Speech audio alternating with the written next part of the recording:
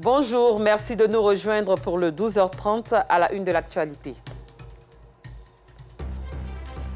Maury est passionné d'invention, ses œuvres séduisent plus d'un. Qui est-il et quel est son parcours? Nous dresserons son portrait dans notre rubrique de ce jour. En Guinée, l'ex-colonel Claude Pivy est détenu depuis hier dans la prison de la ville de Koya, à une 50aine de kilomètres de Conakry. Il conçoit des œuvres impressionnantes. Maury Loa, 20 ans, est un génie de l'invention. Ses œuvres ne laissent personne indifférent. De la soudure à l'invention, Maury se démarque par ses productions. Qui est-il? Que fait-il réellement? Comment en est-il arrivé là? Des réponses dans ce portrait signé Georgette Ido Fofana et Kader Bachil.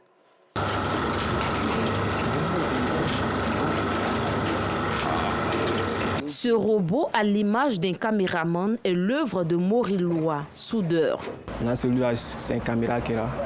Et voilà les Bluetooth qui se trouvent ici, par Bluetooth. Et ça, c'est les doigts. Il fait montrer aussi qu'il appelle aussi les gens, quoi. Et là, c'est les genoux qui sont là.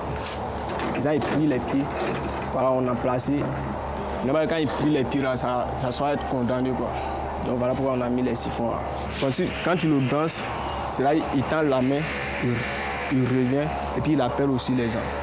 De la soudure à la créativité, au bricolage et à l'invention, Maury, âgé de 20 ans, veut montrer son savoir-faire. Tout ce qu'il fait comme la création, la base c'est la soudure. Tout vient de fait. Donc, chaque fois quand il vient donner les trucs pour souder, il m'érange pour me donner. Jamais il veut là, il ne fait pas comme cela. Il dit, ah, si maman n'est pas d'apprendre ça, c'est pas mieux pour moi. Donc je me suis levé. Je suis allé les voir que non. Au lieu de toujours venir, vous allez sur des trucs qui n'est pas bon pour moi et puis ça nous fatiguera. Moi, je me mets dans le domaine. Avant la réalisation de toute maquette, Maury Loa, qui n'a jamais fait de formation spécialisée, conçoit d'abord l'idée qu'il retranscrit ensuite sur du papier. Je fais le plan sur les papiers. Tu vois, si je finis de faire le plan, maintenant, tout qui vient ici, là, je dois avoir les mesures de tout ça là, avant de faire le travail. Maintenant, tous ceux qui sont là, c'est calculé. Je dois connaître d'abord tout ici, avant de me mettre au terrain. Pour la confection de ce robot caméraman en cours de finition, Maury a mis environ 2 mois avec un coût de matériel estimé à plus de 300 000 francs CFA. Quand on est pressé, là, on fait beaucoup de travail, puis bon, à la longue, ça nous fatigue encore. On peut aller dans 500 000 francs. Après, les tailleurs vont venir prendre les mesures par les coups encore pour eux là. Ça fait partie aussi. Natif de la ville de Mans, à l'ouest du pays, Maury quitte l'école en classe de CE2 pour se consacrer à sa passion, la créativité.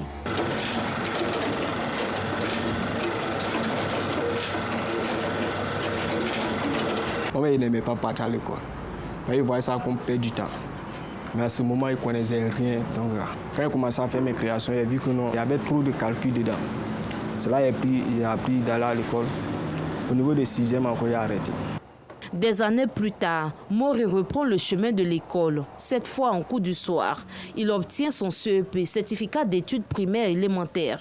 Là encore, Maury marque une pause, faute de moyens financiers. 2025, il va reprendre d'aller à l'école encore. Si tu ne connais pas le calcul, mathématiques, si tu ne connais pas trop, si tu fais ça, tu te fatigues. Tu vois un peu. Donc c'est ça qui fait qu'il faut qu'il reprenne encore d'aller à l'école.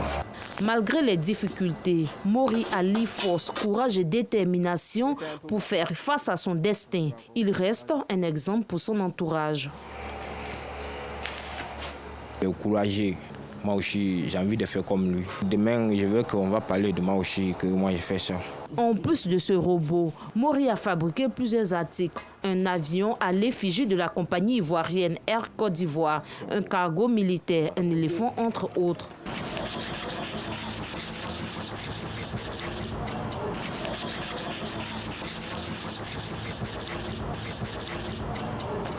Maury est souvent aidé dans ses tâches par ses amis et voisins qui ne tarissent pas d'éloges à son égard.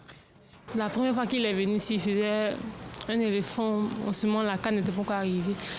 Bon, quand il a vu, ici venu, il a dit, ah, il peut l'aider. Il m'a dit oui. Donc ça, il a commencé à l'aider. Bon, ça me plaît beaucoup parce qu'il m'a dit qu'il a arrêté l'école en classe de sud. Donc, quand il voit tout ce qu'il fait, c'est une bonne chose. Fini ce bricolage, Mori prend la direction de Williamsville dans la commune d'Adjamé où il stocke ses œuvres.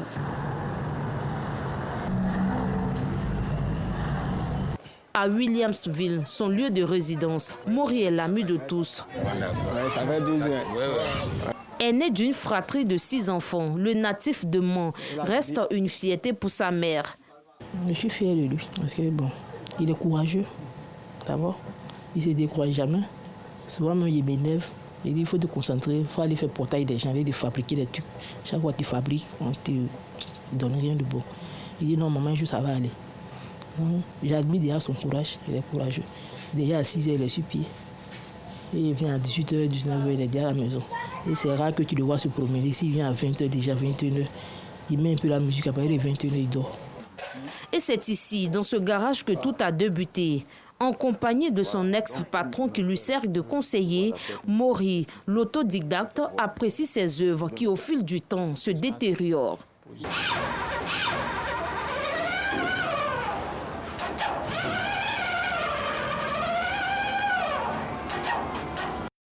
Si ce cargo militaire conçu en hommage à l'armée ivoirienne fonctionnait bien autrefois, il est aujourd'hui laissé pour compte dans ce garage, d'où cet appel.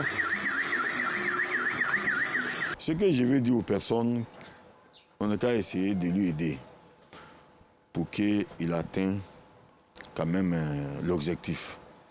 Voilà, c'est-à-dire on l'aide. Chaque fois qu'il veut faire quelque chose, si on peut mettre un moyen à sa disposition, même lui ouvrir un atelier. Parce que, tu vois, ces cargos-là, l'État paye cher avec les Blancs. Lui, il peut fabriquer la même chose, qu'il peut transporter des gens.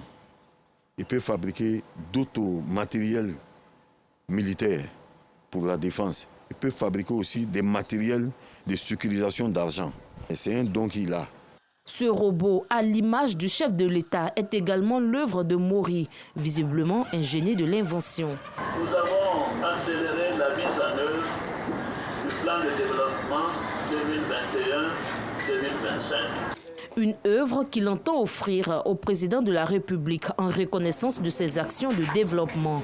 Et ce que vous voyez devant là, il y a des micros qui sont dedans. Quand tu appuies de la main, le président, il donne les conseils. Et comme encore de un, il travaille encore beaucoup pour le pays. Donc il voulait lui ouvrir ça comme un cadeau. C'est pour lui rendre hommage pour tout ce qu'il fait pour les Ivoiriens. Mori l'inventeur veut contribuer au développement du pays. À l'occasion de la CAN 2023, Coupe d'Afrique des Nations, organisée par la Côte d'Ivoire, il a créé ce téléphone.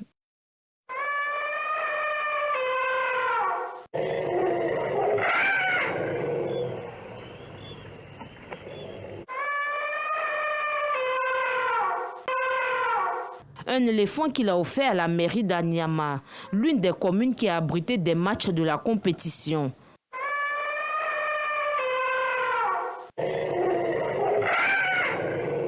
Un geste que salue la première magistrate de la commune. Qui nous a porté chance, c'est grâce à lui. On a eu la coupe est restée en Côte d'Ivoire, donc il faut vraiment l'encourager. On est fiers d'être éléphants. Fatim Bamba entend soutenir et accompagner ce génie dans la formation. J'ai un agent au maire qui s'occupe spécialement de la jeunesse, qui va essayer de rentrer en contact avec lui et puis voir comment l'aider. Parce que c'est des enfants qu'on doit aider, qu'on doit appuyer, qu'on doit encourager. Je lui dis bravo, chapeau, et puis il a vraiment tous nos encouragements, nous, à la mairie. Mais on va l'aider. Mori voit déjà son rêve se réaliser. Pour augmenter ses chances, il entend poursuivre ses études et intégrer un centre de formation spécialisé. Bonne continuation à Morilois. Tôt hier matin, les chauffeurs de taxi reliant la ligne d'Angri à Cocody ont observé un arrêt de travail pendant au moins 1 heure. Ils dénonçaient l'exagération des taxes de stationnement par la municipalité. Les vendeuses de nourriture dans la commune d'Adjamé, précisément à la gare, font de bonnes affaires au quotidien. Cela est notamment dû à la présence massive de visiteurs, de voyageurs et de commerçants. De midi à minuit, elles proposent du poulet frit, du poisson braisé, de la soupe de pâte de bœuf et du riz accompagné de sauce à plus de 3 millions de visiteurs. Le constat d'Assitan Diarra, d'Adama Kone et de Fatim Ouattara.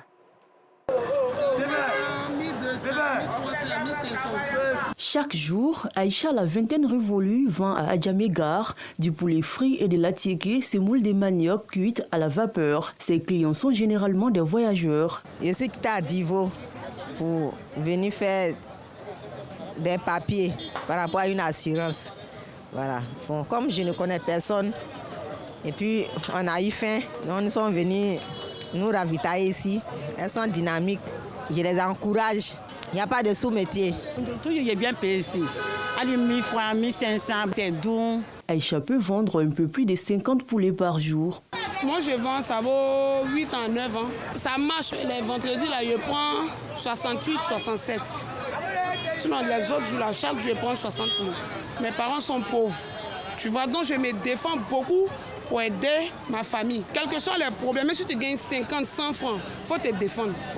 Il ne faut pas compter si garçons. Non loin de là, se trouvent Wassa et Fatoumata, respectivement vendeuses de poissons braisés et de soupe de pâtes de bœuf. Leurs plats sont appréciés par visiteurs et commerçants de la commune d'Adjamé. Pour eux, la présence de ces restauratrices les arrange. On sort à 15h30, à minuit on ramasse. On habite ici en même temps. C'est pas loin quoi. Ça c'est pas très bien. Ça fait près de 10 ans que je viens faire achat ici. Je suis commerçant, je suis quitté à Bétier. Dans la soirée comme ça, il n'y a plus de nourriture, c'est ici, on peut venir trouver de la nourriture pour pouvoir manger et puis prendre le départ pour aller sur Bétier. Je suis commerçante, je vends à la gare. Chaque soir, on vient payer la nourriture ici pour manger parce qu'on dort à la gare ici. Le plat, il y a 500, il y a 1000 francs, il y a 800. En tout cas, elle prépare bien. Même si elle voyage, ça ne nous arrange pas. Même si elle est malade, ça ne nous arrange pas. Parce que nous, on dort ici, on ne prépare pas ici.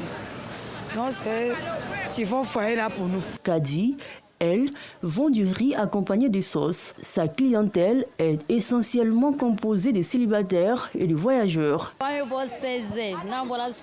Je vends ici de 16h à 23h. Ce sont les célibataires, les jeunes Maliens qui dorment dans des gares qui viennent faire des achats ici. Je fais sauce aubergine, feuilles, arachides et autres. La présence des gares sur l'axe Église universelle Marché Gouraud joue un rôle capital dans la vie de ces restauratrices de fortune. De la mi-journée à minuit, elles se frottent les mains grâce au balai incessant de visiteurs et voyageurs. Cette partie de la commune d'Adjamé enregistre un peu plus de 3 millions de visiteurs par jour. Dans un tout autre domaine, les plateformes de trading ou de placement boursier en ligne, on en trouve à profusion sur le net. Ces sites proposent à leurs visiteurs des gains astronomiques qui vont parfois jusqu'à 1000% du montant initial investi, et cela en quelques semaines seulement. Malheureusement, ce qui semble être l'affaire du siècle va très vite tourner à l'arnaque et le site ferme subitement au grand désarroi de ceux qui ont eu la malchance d'y investir leur argent. En Côte d'Ivoire, le phénomène prend de l'ampleur et les victimes se comptent par milliers. Et récemment, la PLCC, plateforme de lutte contre la cybercriminalité, a mis aux arrêts 2 des promoteurs de ces sites qui vendent du rêve. Clément Bocco et Gilles Tonnier ont suivi cette affaire, suivant leur compte-rendu. Ces 2 dames sont des victimes d'une arnaque qui se passe sur Internet. Elles ont accepté de témoigner sous anonymat. Moi, avec mon mari, on avait souscrit 5 millions dès le départ. Après, ils avaient lancé encore une offre qui était vraiment exceptionnelle. Donc, j'ai mis encore 7 millions 500. C'est au total la somme de 13 millions de francs CFA que cette victime et son époux ont perdu dans cette affaire. Comme la plupart des victimes, elle a été entraînée dans ce pétrin par une connaissance qui, elle aussi, a laissé une petite fortune. Je suis tombée sur la plateforme du nom de Ibis Group. Par curiosité, je suis rentrée, puis voilà, j'ai cliqué. Il y avait un lien voilà, qui te dirigeait automatiquement sur un WhatsApp. Donc j'ai cliqué là-dessus et c'est là que, après j'ai été contactée par un agent. Et c'est là que, bon, il a commencé à me parler de l'affaire en question. Il m'a dit que c'est du trading, ils font de la bourse en ligne, un truc comme ça. La bourse en ligne ou le trading, une opportunité d'affaires qui attise les convoitises de plus d'un. En tout cas, c'est cette niche financière que ces 2 hommes qui ont fini leur course dans les filets de la PLCC, plateforme de lutte contre la cybercriminalité, sous tutelle du ministère de l'Intérieur et de la Sécurité, exploiteraient pour se faire de l'argent, avec une combine dont ils seraient les seuls à maîtriser. Lorsque nous contactons quelqu'un qui sait créer un site, il crée le site et nous sommes administrateurs du site. Et lorsque un investisseur fait un paiement, nous activons, chaque investisseur a un compte sur le site. Nous activons le montant d'investissement du client qu'il a effectué. Et à la fin du délai de l'investissement, nous payons ce dernier. Et au fur et à mesure que nous faisons les paiements, cette personne envoie de nouvelles personnes et avec des gros montants. C'est lorsqu'on voit qu'on ne peut plus payer qu'on ferme. Ces malfrats vont faire face aux 104 plaintes enregistrées dans cette affaire pour un préjudice de 169 millions de francs CFA devant les juridictions. En attendant la fin de l'enquête, les victimes devront prendre leur mal en patience dans l'espoir d'un hypothétique remboursement de leur mise. Quant à la PLCC, elle reste en alerte permanente pour démanteler tout réseau de ce genre afin de protéger les populations. Hors de la Côte d'Ivoire, l'ancien colonel Claude Pivier a été extradé vers la Guinée depuis le Libéria, où il a été arrêté. Toute la journée, des informations parfois contradictoires ont circulé sur son lieu de détention. Et finalement, l'ancien fugitif condamné à la perpétuité pour son rôle dans le massacre du 28 septembre 2009 se trouve depuis hier dans la prison de la ville de Koya, à une 50aine de kilomètres de Conakry. Fin de ce journal, merci de votre fidélité. Très bonne suite de programme sur RTI2.